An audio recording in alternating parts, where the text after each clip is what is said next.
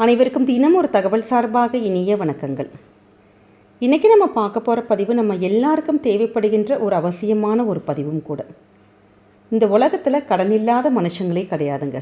எல்லாருக்குமே எப்படிப்பட்ட பணக்காரங்களாக இருக்கட்டும், சாதாரண மக்களாக இருக்கட்டும், அவங்கவுங்க தகுதிக்கு ஏற்ற மாதிரி நம்ம எங்கேயாச்சும் ஒரு கடன் வாங்கியிருப்போம். அந்த கடன் பிரச்சனை கண்டிப்பாக எல்லாருக்குமே இருக்கும். அப்படிப்பட்ட கடன் சுமை நம்ம விட்டு போகணும், அந்த கடன் பிரச்சனையிலேருந்து வெளியில் வரணும். அதற்காக நம்ம செய்யக்கூடிய எளிமையான, அதுவும் குறிப்பாக செவ்வாய்க்கிழமையில் செய்யக்கூடிய அற்புதமான ஒரு பதிவு தான் இன்றைக்கி நீங்கள் தெரிஞ்சுக்க போகிறீங்க. ஏன்னா இந்த ஒரு இதை நீங்கள் செஞ்சிட்டாலே போதும், உங்களுடைய வாழ்க்கையில் இருக்கக்கூடிய ஒட்டுமொத்த கடன் அடைவதற்கான அந்த வழிகள், வாய்ப்புகள் நமக்கு இந்த பிரபஞ்சமே காட்டி கொடுத்துருங்க. அப்படிப்பட்ட சக்தி வாய்ந்த ஒரு பதிவு தான். பதிவுக்குள்ளே போகிறதுக்கு முன்னாடி நம்முடைய சேனலை சப்ஸ்கிரைப் பண்ணாமல் பார்த்துட்ருக்கோங்க, கண்டிப்பாக சப்ஸ்கிரைப் பண்ணிக்கோங்க. அப்போ தான் எங்களுடைய எல்லா நல்ல நல்ல பதிவுகளுமே உங்களுக்கு உடனுக்குடனே வரும். பக்கத்தில் இருக்க பெல் பட்டனை மறக்காமல் கிளிக் பண்ணிக்கோங்க. இப்போ பதிவை தெரிஞ்சுக்கலாம். கடன் சம்மந்தப்பட்ட எந்த ஒரு பரிகாரமும் நீங்கள் செய்ய ஆரம்பிக்கிறீங்கன்னா கண்டிப்பாக அது செவ்வாய்க்கிழமை பண்ணிங்கன்னு வச்சுக்கோங்களேன். முருகப்பெருமானுடைய அருளாலும் அங்காரகனுடைய அருளாலும் நமக்கு அந்த கடன் தொகையானது சீக்கிரமாக அடையுங்கிற ஒரு ஐதீகம் இருக்குது. குறிப்பாக செவ்வாய் ஹோரை, அதாவது காலையில் 6 to 7, மதியானம் 1 to 2, ராத்திரி 8 to 9. இப்போ ஒருத்தங்க கிட்ட நீங்கள் கடன் வாங்கியிருக்கீங்க. அந்த கடன் தொகையை நீங்கள் மொத்தமாக நிறைய தொகை சேர்ந்தால் நம்ம கொடுக்கலாம். இப்போ கஷ்டப்படுறோம், கொஞ்சம் கொஞ்சமாக தான் அந்த பணத்தை அவங்களுக்கு அடைக்க முடியும் அப்படிங்கிறவங்க இந்த செவ்வாய் ஹோரை நேரத்தில் உங்கள் வீட்டில் ஒரு உண்டியல் வச்சுக்கலாம், இல்லாட்டி உங்கள் பர்ஸை வச்சுக்கலாம், இல்லாட்டி ஒரு டப்பா மாதிரியாச்சும் போட்டு வச்சுக்கிட்டு நீங்கள் சுவாமி ரூம்லேயோ பீரோலையோ தனியாக எடுத்து வச்சுட்டு சம்மந்தப்பட்டவங்களுக்கு நீங்கள் இந்த கடன் அடைச்ச மாதிரி நினச்சிட்டு அந்த செவ்வாய் ஹோரை நேரத்தில் ஒரு 50 ரூபாயோ 100 ரூபாயோ 500, 1000 உங்களுக்கு என்ன தொகை அடைக்க முடியுமோ அப்படி வாரம் வரக்கூடிய செவ்வாய் ஹோரையில் நீங்கள் தனியாக எடுத்து வச்சு பாருங்கள். நீங்களே ஆச்சரியப்படுவீங்க. நீங்கள் சம்மந்தப்பட்டவங்களுக்கு எவ்வளோ கடன் தொகை வாங்கியிருக்கீங்களோ அந்த தொகையை சீக்கிரமாக அடைச்சிருவீங்க. ஏன்னா இதுதான் இந்த செவ்வாய் ஹோரைக்கு, செவ்வாய்க்கிழமைக்கு உள்ள சூக்ஷ்மமான ஒரு விதி. அதனால் சின்னதான ஒரு டிப்ஸாக கண்டிப்பாக ஃபாலோ பண்ணி பாருங்கள். இப்போ நம்ம நாளைக்கு கடன் தொகை அடைவதற்கான எளிமையான ஒரு விஷயம்தான். எல்லாருடைய வீட்டிலும் கல்லுப்பு கண்டிப்பாக இருக்கும். இப்போ நம்ம சமைக்கிறதற்கான அந்த ஏற்கனவே சமைச்சிருக்கிறதுக்கு ஜாடியில் போட்டு வச்சுருப்போம் பார்த்தீங்களா, அந்த கல்லுப்பு இந்த பரிகாரத்துக்கு எடுக்கக்கூடாது. புதுசாக வாங்கின கல்லுப்பு, இப்போ நீங்கள் ஏற்கனவே வாங்கி வச்சுருக்கீங்க, புதுதுன்னா நீங்கள் எடுத்துக்கலாம். இல்லாட்டி சிரமம் பார்க்காம நீங்கள் செவ்வாய்க்கிழமை போல் போய் கல்லுப்பு மட்டும் நீங்கள் 1 கிலோவோ 1/2 கிலோவோ ஒரு பேக்கெட் மட்டும் நீங்கள் வாங்கி வச்சுக்கோங்க. அதை நீங்கள் தொடர்ந்து ஒவ்வொரு வாரம் இந்த பரிகாரத்துக்கு நீங்கள் எடுத்துக்கலாம். இதை நீங்கள் என்ன செய்யணும்னு கேட்டிங்கன்னா, ஃபஸ்ட்டு சின்னதான ஒரு பித்தளை தட்டு எடுத்துக்கோங்க உங்கள் பூஜை ரூமில். இப்போ அந்த தட்டில் கொட்டுறதுக்கு முன்னாடி முதல்ல உங்களுடைய 2 உள்ளங்கையிலையும் அந்த கல்லுப்பை நீங்கள் வச்சுட்டு, அதாவது நம்ம 2 கையிலையும் இந்த கல்லுப்பு பட்டிருக்கணும். அப்படி வச்சுட்டு ஆத்மார்த்தமாக உங்களுக்கு எவ்வளவு கடன் தொகை இருக்கோ, உங்களுடைய கடன் பிரச்சனைகள் தீரணும், உங்களுக்கு அந்த கஷ்டங்கள் எல்லாமே நிவர்த்தி ஆகணும்னு சொல்லிட்டு ஆத்மார்த்தமாக மகாலட்சுமி தாயார்கிட்டையும், இந்த செவ்வாய்க்கிழமைக்கான அந்த அதிபதி அங்காரகன்கிட்டையும், முருகப்பெருமான்கிட்டையும் நீங்கள் மனசார நீங்கள் வேண்டிக்கணும். ஏன்னா நம்முடைய எப்படிப்பட்ட கடன் தொகையும் அடைப்பதற்கு நம்ம செவ்வாய்க்கிழமையில் இந்த செவ்வாய் ஹோரையில் தான் நம்ம இதை செய்ய போகிறோம். அந்த காலையில் பண்ணலாம் 6 to 7, மதியானம் பண்ணலாம், இல்லாட்டி ராத்திரி 8 to 9.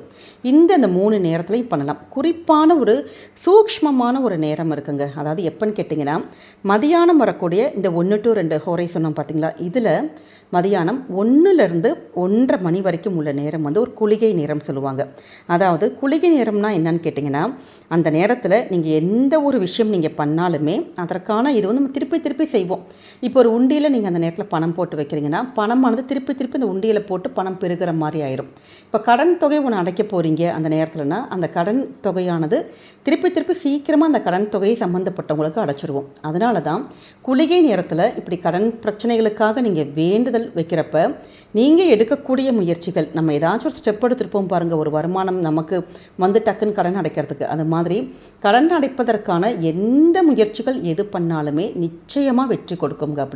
அப்படி இல்லை எங்களுக்கு இந்த 1 to 1:30 மணி நாங்கள் ஆஃபீஸ் போயிருப்போம், வேறு எங்கேயாச்சும் வேலையாக இருப்போம் அப்படிங்கிறவங்க ஒன்றும் பிரச்சனை கிடையாது. செவ்வாய் ஹோரை நேரத்தில் இந்த எளிமையான பரிகாரத்தை பண்ணலாம். இப்படி உள்ளங்கையில் வச்சு ஆத்மார்த்தமாக நீங்கள் வேண்டிட்டு அந்த கல்லுப்பை என்ன பண்ணணும்னு கேட்டிங்கன்னா, அந்த சின்னதான ஒரு பித்தளை தட்டில் நீங்கள் கொட்டிடுங்க. ரொம்ப அள்ளி எடுக்க வேணாம், கொஞ்சமாக 2 கையிலும் ஒவ்வொரு பிடி வர மாதிரி மட்டும் எடுத்தால் போதும். நீங்கள் எடுத்துகிட்டு உங்களுடைய வலது கையோட ஆள்காட்டு விரல் எடுத்துகிட்டு அதில் அந்த கல்லுப்பு மேலே உங்களுக்கு எவ்வளோ கடன் இருக்குது. இப்போ உதாரணத்துக்கு 3 லட்சம், எனக்கு 3 லட்சம் கடன் இருக்குது. அப்போ நான் அதில் 3 லட்சம் அப்படின்னு சொல்லிட்டு என்னுடைய வலது ஆள்காட்டு விரலை நான் எழுதுவேன். உங்களுக்கு அது மாதிரி எவ்வளோ கடன் இருக்கோ, 1 லட்சமாக இருக்கலாம், 5 லட்சமாக இருக்கலாம், 10 லட்சமாக இருக்கலாம், எவ்வளவு தொகை உங்களுக்கு கடன் அடையணுமோ அந்த ஒரு தொகையை அந்த இதில் எழுதிட்டு அங்கே அதில் என்ன செய்யணும்னு கேட்டிங்கன்னா, ஒரே ஒரு விரலி மஞ்சள் அதை மட்டும் அந்த கல்லுப்பு மேலே நீங்கள் வச்சுருங்க. அவ்வளோதாங்க, வேறு எதுவுமே நீங்கள் செய்ய வேணாம். நம்ம வைக்கக்கூடிய அந்த விரலி மஞ்சளாக இருக்கட்டும், கல்லுப்பாக இருக்கட்டும், ரெண்டுமே மகாலட்சுமிக்கு உரிய ஒரு பொருட்கள். நம்முடைய எப்படிப்பட்ட கடனும் அடைப்பதற்கு நம்ம செவ்வாய்க்கிழமையில் இப்படி செவ்வாய் ஹோரையில் செய்யக்கூடிய இந்த ஒரு தாந்திரிக பரிகாரமானது கண்டிப்பாக நமக்கு அந்த கடன் தொகையை அடைப்பதற்கான வழிகளும் வாய்ப்புகளும் கடவுள் ஏதாவது ஒரு மூலம் நமக்கு கண்ணில் காமிச்சு கொடுத்துருவார். இந்த உப்பு, அந்த மஞ்சள், அந்த தட்டோட நீங்கள் அப்படியே சுவாமி ரூமில் அப்படியே இருக்கட்டும்.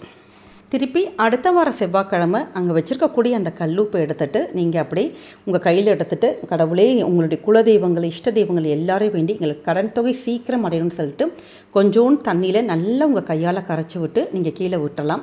இல்லாட்டி கால்படாத இடத்துல கிச்சன் சிங்கில் அது மாதிரி அந்த தண்ணியை நீங்கள் கொட்டி விட்டலாம். இப்படி நீங்கள் தொடர்ந்து ஒரு 3 வாரம் இல்லாட்டி ஒரு 5 வாரம், நீங்கள் அதிகபட்சமாக நம்ம 3 வாரம் 3 செவ்வாய்க்கிழமை நீங்கள் செய்ய ஆரம்பித்த உடனே அதற்கான அந்த ரிசல்ட் இருக்குது பார்த்தீங்களா, உங்களுக்கு நல்ல ஒரு ரிசல்ட்டு கொடுக்கும். அந்த கடன் அடைப்பதற்கான ஏதாவது ஒரு வழிகள் நம்ம, ஆனால் ஒன்று விஷயம், நம்ம முழு முயற்சியும் எடுக்கணும். நம்ம எந்த முயற்சியுமே எடுக்காமல் பரிகாரம் தான் பண்ணிட்டோமே அப்படின்னு சொல்லிட்டு சும்மா இருக்கக்கூடாதுங்க. நம்மளுடைய முழு முயற்சியும் இந்த இறை வழிபாடும் சேர்த்து செய்கிறப்ப கண்டிப்பாக அதிகபட்சமாக 3 வாரம் செவ்வாய்க்கிழமைக்குள்ளே கண்டிப்பாக எவ்வளோப்பட்ட கடன் தொகையாக இருந்தாலும் அதை கண்ணு முன்னாடி உப்பு எப்படி கரையுதோ அதே மாதிரி கடன் தொகையும் கொஞ்சம் கொஞ்சமாக கரைய ஆரம்பிக்கும். அதனால் முழு நம்பிக்கையோடு இந்த ஒரு விஷயத்தை நீங்கள் செஞ்சு பாருங்கள். அந்த மஞ்சளை நீங்கள் கால்படாத இடத்துல போட்டுடலாம், இல்லாட்டி நீங்கள் வேறு ஏதாவது ஒரு பூஜைக்கு நீங்கள் உபயோகப்படுத்திக்கலாம். இப்படி எளிமையான ஒரு விஷயம்தான், கண்டிப்பாக செஞ்சு பாருங்கள். நம்முடைய கடன் தொகைகள், கடன் பிரச்சனைகள் இது எல்லாமே தீர்ந்து குடும்பத்தில் நிம்மதியாக சந்தோஷமாக இருக்கலாங்க. இந்த ஒரு பதிவு கண்டிப்பாக உங்கள் எல்லாருக்குமே பிடிச்சிருக்கும்னு நினைக்கிறோம். பிடிச்சிருந்தால் மறக்காமல் ஃப்ரெண்ட்ஸ் அண்ட் ஃபேமிலி மெம்பர்ஸ்க்கு ஷேர் பண்ணுங்கள், அவங்களும் இதை பார்த்து பயன்பெறட்டும். நம்முடைய சேனலை சப்ஸ்கிரைப் பண்ணி உங்களுடைய ஆதரவுகள், சப்போர்ட்டுகள் எங்களுக்கு என்றைக்குமே கொடுக்கணுங்க. மீண்டும் வேறொரு நல்ல பதிவோடு உங்களை சந்திக்கிறோம். நன்றி, வணக்கம்.